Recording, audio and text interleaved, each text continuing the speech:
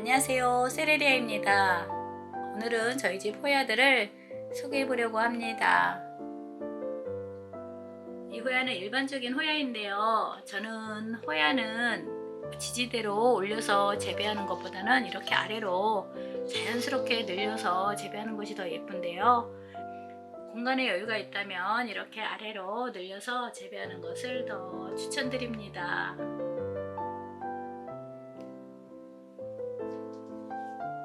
이것은 제가 얼마 전에 쇼츠에 올렸던 슬라워시인데요, 동글동글한 꽃도 너무나 예쁘고요.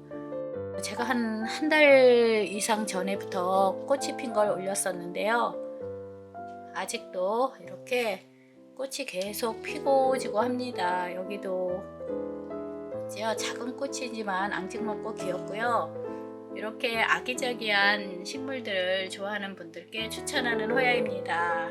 번식도 굉장히 빨라서 제가 봄에 구입했을 때는 이거보다 굉장히 작았는데 지금 아래로 굉장히 많이 이렇게 늘어지면서 자라고 있습니다. 여기도 꽃봉오리가 있네요. 이렇게 꽃이 여기저기서 많이 피고 있고요.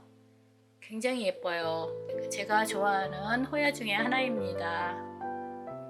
그리고 이것은 하트 지지대에 있는 하트 호야고요.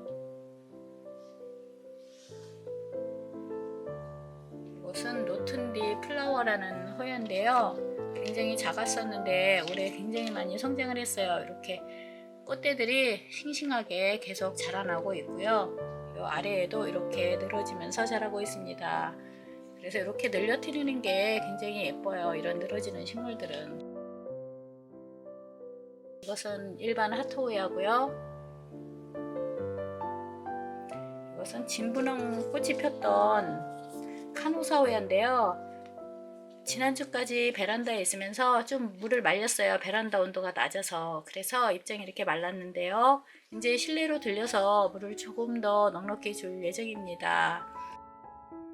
이렇게 호야에 물을 줄 때는 재배 환경의 온도도 굉장히 많은 영향을 미쳐요. 그래서 낮은 온도에서 재배할 때는 물을 조금 아껴서 이렇게 주었다가 봄 되면서 넉넉히 주면 다시 통통하게 살아납니다. 이것은 댄싱폴리아인데요,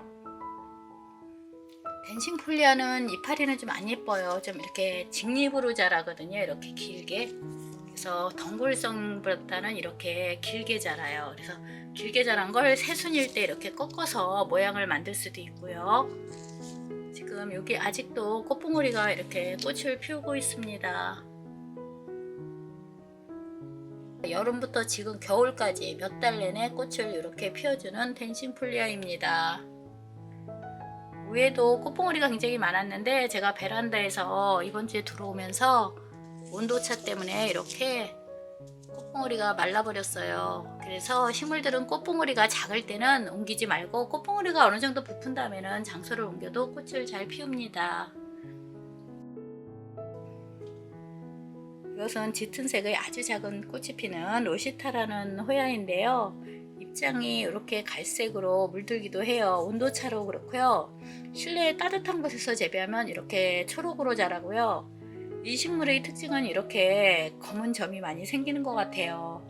제가 구입했을 때는 입장마다 이렇게 검은 점이 생겼었는데요, 저희 집에 와서는 온도라든지 이런 게 맞는지 이렇게 일정하게 잘 자라나고 있습니다.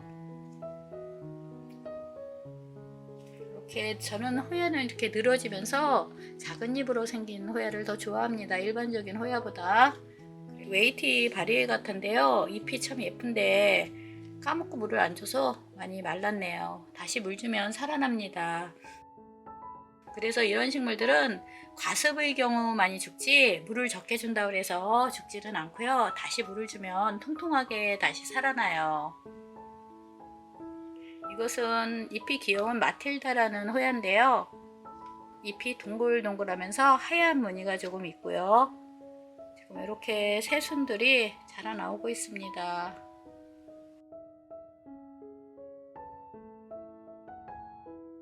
그리고 이것은 리본호야인데요, 겨울인데도 꽃봉오리가 이렇게 생겼었어요.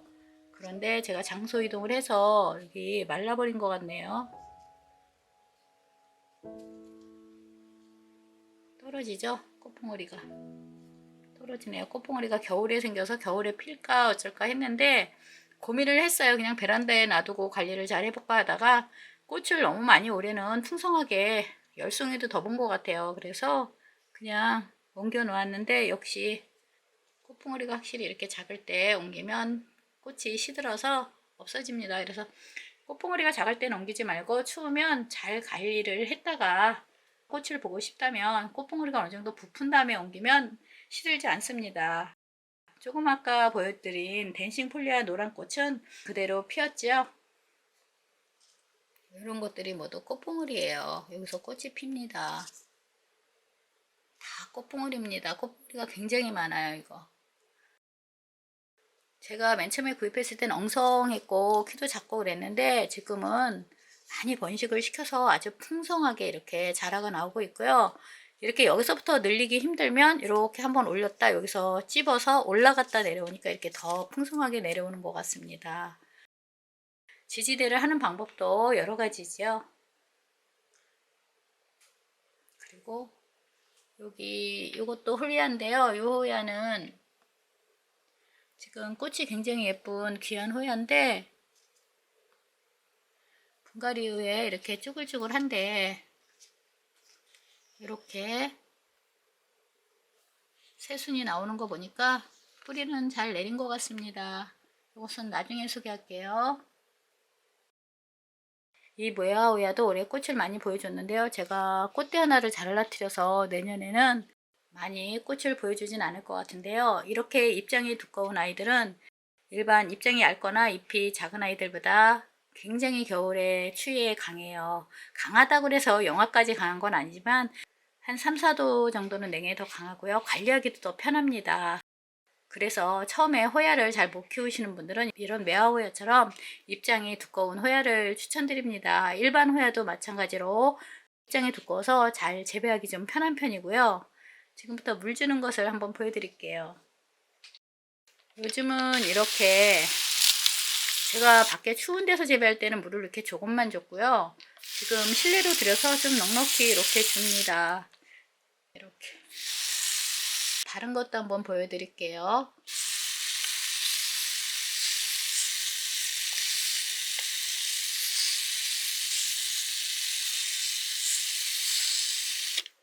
이제 안으로 이렇게 들였으니까 저는 이렇게 물은 아주 넉넉히 주는 편입니다. 만약에 외부에서 한 5도 정도에서 재배한다면 이렇게 한 2바퀴만 돌려서 물을 주면 되고요. 겨울에는 알갱이 비료를 따로 올려주진 않고요. 이것은 그 전에 올려놓은 거고요. 호야꽃이 왜 안 피냐고 많이 그러시는데요. 겨울에는 너무 듬뿍 주는 것보다는 약간 물이 부족한 듯하게 이렇게 주시고요. 너무 흠뻑 저면을 많이 하는 것은 겨울에는 추천하지 않아요. 그냥 위에서 이렇게 살짝 부족한 듯하게 물을 주고요. 또 영양제도 겨울에는 저는 주지 않습니다. 겨울에는 이렇게 뿌려주면서 관리해도 아이들이 잘 자라고요. 입장의 간격을 보고 물 주는 간격을 조절해도 됩니다. 아니면 물의 양을 좀 줄여주셔도 되고요. 겨울에 너무 따뜻한 곳에서 물을 풍족하게 먹으면서 자라면 봄에 번식 능력이 없어지면서 꽃을 피지 않아요. 식물들은 번식을 해야겠구나 하는 그런 위기의식을 느껴야 꽃을 잘 피웁니다. 그래서 조금 더 약간 건조한 듯하게, 그렇다고 너무 말리면 실내에서 입장이 얇아질 수 있는데요.